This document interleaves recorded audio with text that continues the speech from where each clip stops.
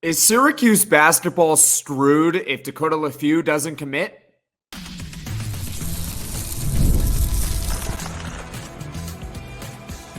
You are Locked On Syracuse, your daily podcast on the Syracuse Orange. Part of the Locked On Podcast Network, your team every day. Hello, everyone, and welcome into Locked On Syracuse. I'm Jackson Holzer, and on today's episode, what happens if Dakota Leffew does not commit to Syracuse? We're still awaiting the decision from the four-star transfer combo guard out of Mount St. Mary's.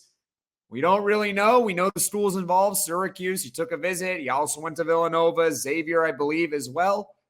We're still awaiting. Is Syracuse screwed if they do not get Dakota Leffew? We'll talk about possible transfer portal targets. Can Syracuse promote from within? And what would the rotation look like if Dakota Leffew does not commit to Syracuse? Today's episode is brought to you by Monopoly Go. I admit it, I have a competitive side, and it is a big fan of Monopoly Go, the mobile hit twist on classic Monopoly. So join your friends and download Monopoly Go, now free on the App Store or Google Play. All right, transfer portal targets if Syracuse does not land Dakota Leffew. And these are going to be different ones, right? I mean, the first one I'm going to bring up is Jeremy Roach, and I know I mentioned him on yesterday's podcast, but I want to go a little bit deeper in him, perhaps. Not going to really say Jaquan Carlos. We've said his name 1,000 times on this show. If you've been paying attention, watching, listening to my channel over these last few weeks, then hey, by now you know who Jaquan Carlos is. So here are some new names for you. We'll start with Jeremy Roach. He's obviously a former Duke point guard with 1 year of eligibility left. He is a top 20 transfer overall in the class. So this is an elite transfer, guys. He went to high school in the DMV area, which is something that I did not mention on yesterday's podcast. He went to high school in the DMV area. Obviously, Syracuse has connections. They get a lot of recruits. Donnie Freeman, Judah Mintz. There's a lot of them.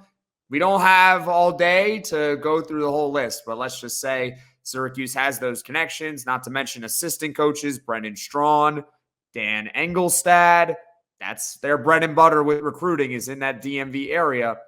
Now it's transfer portal. It's a little bit different, but still, that's kind of where the connection is, as well as being an ACC rival. We've seen Jeremy Roach in action over these last few years with Duke.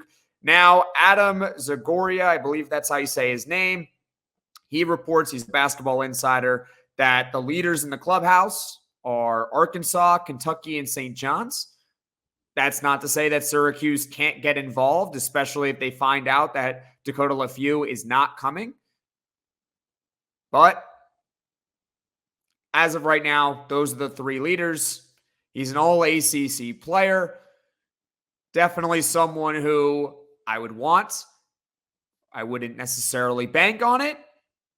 But Jeremy Roach is definitely a top option for Syracuse. The next one that I'm going to mention here, I haven't heard anything from him. Nothing. Now, it's usually pretty simple. I'll type in someone's name and be like, who are the schools interested? He's been contacted by these schools. All right, great. Well, with this player, Boopie Miller, got no clue. He's a top 100 transfer overall on the On3 industry rankings. He spent the first 2 seasons at Central Michigan in his career before transferring to Wake Forest this past season, where he had a very, very good year. He averaged 16 points and 4 assists. He's a lead guard. He shot 37% from 3. So he's highly efficient. He can score. He can pass. He also had 21 points against Syracuse in that blowout. In February, it was probably the worst game of the season for Syracuse. It was that one where Benny Williams went ballistic. He had 21 points in that game for what it's worth. As I said, don't really know what schools are involved with him. Maybe I saw somewhere, maybe Louisville, but I could see Syracuse getting involved with Boopie Miller solely because, hey, again, ACC, you've seen it before. Malik Brown visited Duke. Familiarity there. Quadir Copeland. NC State is possible. NC State did reach out to Copeland. could transfer within the conference. Brennan Huntley Hatfield, he went from Louisville to NC State. So it's common for players to go within the conference. Obviously, Joe Girard last season did the same thing with Syracuse to Clemson. I can keep going on and on. I can. JJ Starling, we know that too. He transferred within the conference. So that's why I mentioned Boopie Miller. Can't find exactly who's after him. I could see Syracuse getting involved if Dakota Leffew does not commit to the Orange. And finally, it is the transfer portal. And players do have, I believe, until May 1st to enter their name in the portal. This is the first wave of it. They have until May 1st. So Syracuse can play the waiting game a little bit. Maybe they don't really love what's out there, or of what's out there and they like, those players aren't interested. Remember, both sides have to agree here. Both have to be equally interested in the other. I'm going to throw this name out here, and we talked about it with Mike McAllister when he was on 2 weeks ago. Kadari Richmond. He played for Syracuse in 2021. He's been with Seton Hall ever since. He averaged 16 points, 7 rebounds, and 5 assists as a point guard. Now, he did shoot less than 30% from three this past year, but the year before he was over 40%. So I believe he's a career mid-30s three-point shooter, so I wouldn't take too much into him struggling this past season. But Adam Zagoria did report that it is possible that he does put his name in the portal. We don't know. There's nothing confirmed, and that's why I'm saying Adam Zagoria is saying it's possible. But Seton Hall has 3 players currently in the portal, I believe, including Dre Davis, who committed to Ole Miss. Obviously, Seton Hall having a very nice season. You can make the argument they should have been in the NCAA tournament. They won the NIT. Perhaps Kadari Richmond says, I want to enter the portal, and Syracuse should be all over it if he enters his name in the portal and Dakota Leffew does not commit. So the 3 names, these are players, 2 players currently in the portal. Jeremy Roach from Duke. He went to high school in the DMV area. We know the connection Syracuse has with the DMV area. Boopie Miller from Wake Forest. It is common for players to transfer within the conference. We have seen it time and time again. Both are talented point guard options if Dakota Leffew does not commit. And finally, Syracuse can, of course, play the waiting game because players have until May 1st to enter their name into the transfer portal. And that is Kadari Richmond, perhaps. Maybe he decides to submit his name. We don't know. There's nothing confirmed. But players are already leaving Seton Hall. So take that for what it's worth. Now, what happens if Syracuse doesn't decide or doesn't get a point guard in the transfer portal or any sort of combo guard? Should Syracuse promote from within? And what are the options with that? We've all been there, either as a player or a fan. It's halftime and the scoreboard is not looking good. You're feeling low, not sure you or your team can pull out a win. That's when you dig deep, lift your head up, and say to yourself, time to get back in the game, pull off some bank heists, and take as much of my friends' money as I possibly can. That's right, the smash hit mobile game Monopoly Go lets you compete with your friends to get the most riches and the biggest empire. It's the Monopoly you love, but on your phone, anytime, with tons of new twists, including leaderboards to compare your progress to your buddies. There's so much to do. Play on countless dynamic Monopoly boards. Make your friends bankrupt by smashing their landmarks with a wrecking ball. Charge other players rent for your iconic properties. You can even work with your friends to crack open community chests and in tournaments to get extra rewards and climb the leaderboard. So get back out there, put on your game face, and download Monopoly Go. Now free on the App Store or Google Play. Passion, drive, and patience, the formula for winning championships, is also what keeps your ride or die alive. eBay Motors has everything you need to maintain your vehicle and level it up to peak performance. Superchargers, roof racks, exhaust kits, LED headlights, and more. Whether you're into speed, power, or style, eBay Motors has got you covered. With over 122 million parts for your number one ride or die, you'll always find exactly what you're looking for. And with eBay Guaranteed Fit, your part is guaranteed to fit your ride every time or your money back. Because with eBay Motors, you're burning rubber, not cash. With all the parts you need at the prices you want, it's easy to make your car the MVP and bring home huge wins. Keep your ride or die alive at ebaymotors.com. Eligible items only. Exclusions apply. eBay Guaranteed Fit. Only available to U.S. customers. The Locked On NFL Mock Draft is available now. Find the ultimate 6-episode series on Locked On NFL Draft to hear who the local Locked On experts are picking for every NFL franchise. With live reactions from local college football experts and even the fantasy football angle. The Locked On NFL Mock Draft, available now on Locked On NFL Draft on YouTube or wherever you get your podcasts. Welcome back, everyone, into Locked On Syracuse. I'm Jackson Holzer, and what happens if Dakota Leffew does not commit to Syracuse? Of course, this is a doomsday nightmare scenario. I'm just kidding. It's not the end of the world. Of course, we'd be happy to have Dakota Leffew, but we have to acknowledge it might not happen. Obviously, Villanova is involved. Xavier is involved. There's 3 other schools that were listed, but as of right now, those are those 3 seem to be the front runners from what I'm reading. We talked about some of the portal targets, right? Jeremy Roach, Boopie Miller. Those guys are currently in the transfer portal. And of course, Syracuse can play the waiting game a little bit. Perhaps Jadari Richmond. I also didn't mention Eric Reynolds from St. Joe's. Who knows? Who knows, right? Maybe those guys decide to enter their name in the transfer portal. Point being, you have until May 1st to put your name in the portal in the first wave. But now, let's talk about promoting from within. What if they don't bring in another guard? What happens? Well, you got 2 choices, really, to run the point. I wouldn't really want Kyle Cuff to run the point guard as a starter. So let's rule that out right away. So the 2 choices are JJ Starling playing the starting point guard. In high school, he was a point guard, and he was a 5-star recruit. So clearly, the talent is there, and we know he's a good player. You know that. He averaged 13 points, and he only got better as the season went on. Now, he wasn't asked to be a point guard for Syracuse. Remember, Judah Mintz, he was the man. He was the lead guard for this team.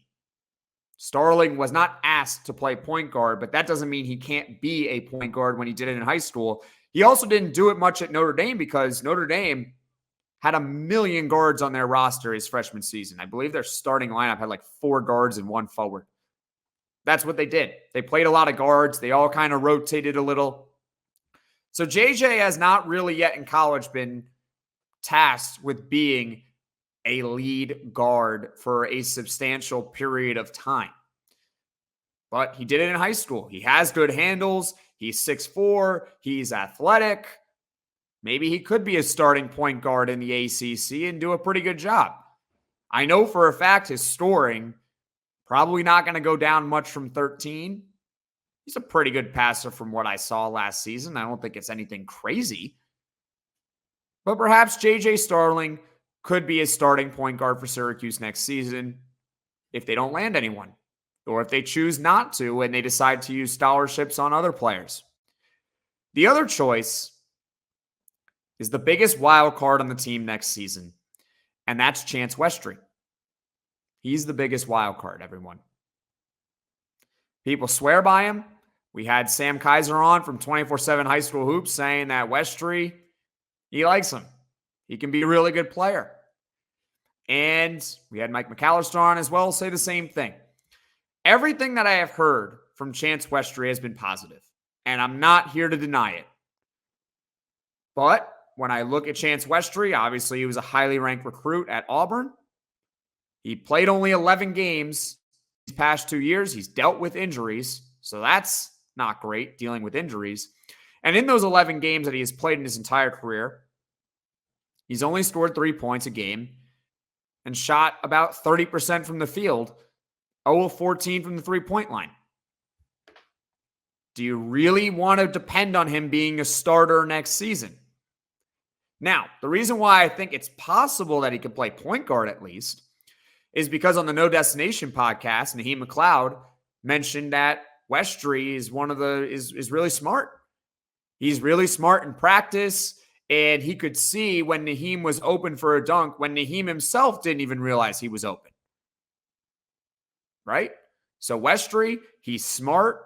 He's a good passer. He can see the floor, got good vision. All qualities you need to be a lead point guard, right? And back in 2021, I did a little bit of digging on what scouts are saying about him. And Jerry Mayer basically said what I just said to you. He has point guard type vision and delivers timely and accurate passes.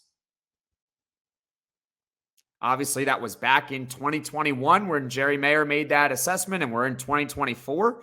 But as far as I'm concerned, Naheem McLeod on the No Destination podcast basically said the same thing. From that point, it was 2 years later because that was when training camp was, right? So the vision is still there. The passing is still there. That's what you need to be a point guard. Chance Westry, he's an X factor for this team. Maybe he's the starting point guard next year. It's possible. I don't know if it would be the worst option in the world, but 11 games in 2 years, dealt with a lot of injuries.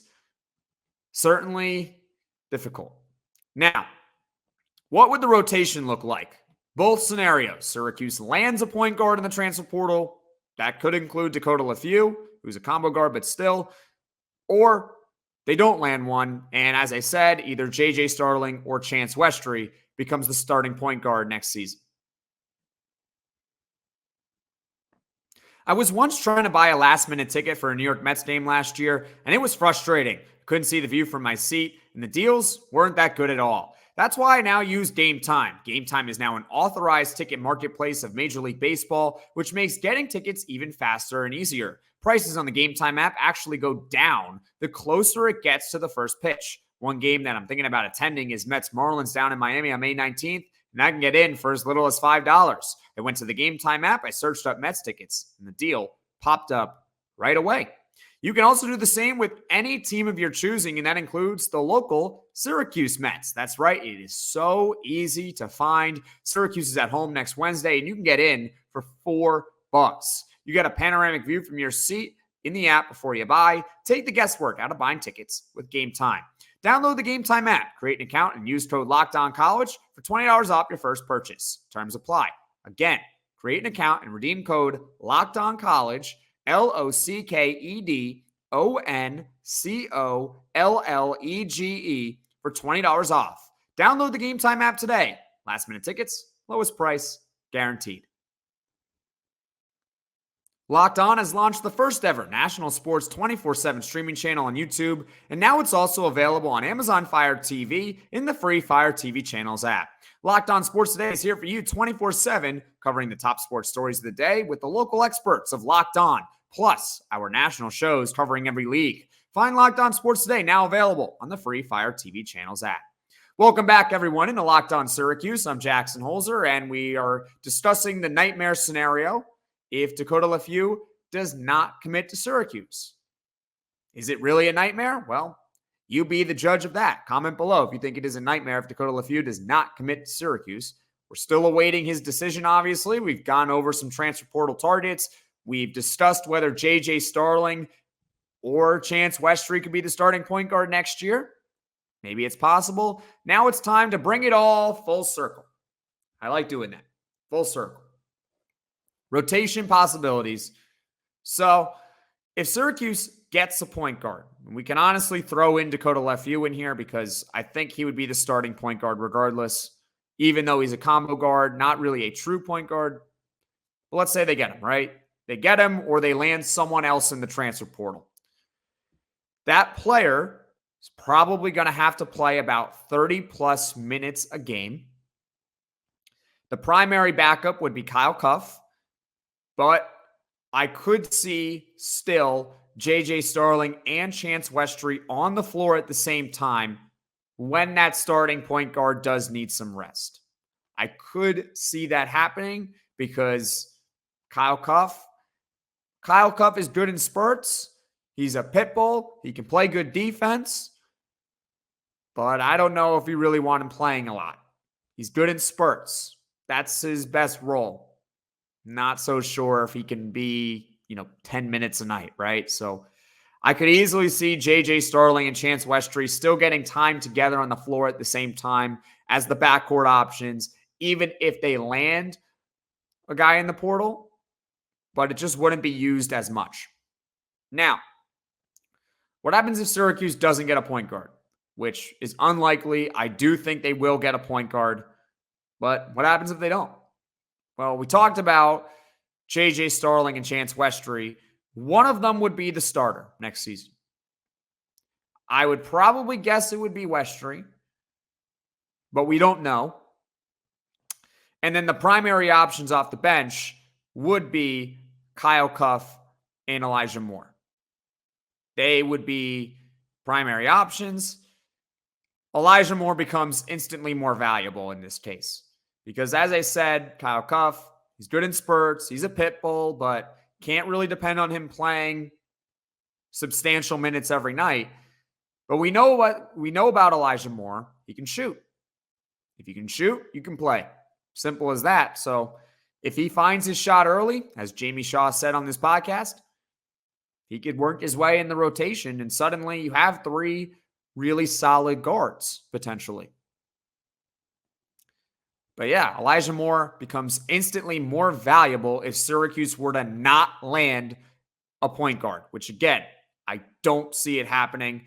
I could also see Syracuse running out a bigger lineup at times next season. Remember, as of right now, the Orange have a pretty solid front court. I would say it's actually an elite front court, right? They got Chris Bell, Jair Davis, Donnie Freeman, Eddie Lampkin. You could put all 4 of them on the floor at the same time, right? You could. I don't know if you would start with that, but I could see that becoming an option if Syracuse is lacking in the backcourt with their depth. If they're lacking the depth in the backcourt, well, then you use the front court depth that you have. Play those 4 together. Play them 4 together, right? Could easily see that happening. Again, let me repeat myself. If Syracuse gets a point guard in the transfer portal, which is likely, they're probably going to land someone, okay? That player is going to be asked to probably play 30-plus minutes a night. Basically, the Judah Mintz replacement. Could still see JJ and Westry on the floor at times together, but just wouldn't happen as much as primary options. If Syracuse does not get a point guard, Starling or Westry would be the starting point guard next season. Elijah Moore becomes instantly more valuable because if he can carve out a shot, there's a little bit more depth with this team. And the Orange could possibly make up for the lack of backcourt depth with their solid frontcourt depth, which is Chris Bell, Jair Davis, Donnie Freeman, Eddie Lampkin, not to mention Naheem McLeod off the bench. I don't know why I said his name weird there. Naheem McLeod. That's what it is. Is it a nightmare scenario? Again, leave a comment below. But as me and Neil Adler said a few days ago, we highly doubt that Syracuse comes out of this whole transfer portal, out of this whole offseason, without landing someone. As a reminder, transfer portal is open until May 1st. Then the first wave closes. And I believe a couple months later, the second wave of the transfer portal opens. So there's still time, even after May 1st, to upgrade the roster. We'll see. The transfer portal is a fascinating time. It is a fascinating thing. Dakota Leffew, we're still waiting on his decision. Who knows what's going to happen? Thank you so much for watching. Thank you so much for listening. If you like this video, click that like button. And if you really like this video, subscribe to the channel and turn on those notifications, because while I usually will drop the latest podcast 9 a.m. Monday through Friday, sometimes I will drop them the night before, either out of the goodness of my heart or because, well, maybe there's breaking news. Or maybe I'm just trying to beat the news because I don't know when it's going to drop. So make sure you have those notifications on. And everyone, we're still waiting for Dakota Leffew. Certainly fascinating to see where he's going to end up. We're all keeping tabs on it, I promise you. And when he does commit, you'll know. So take care, everyone.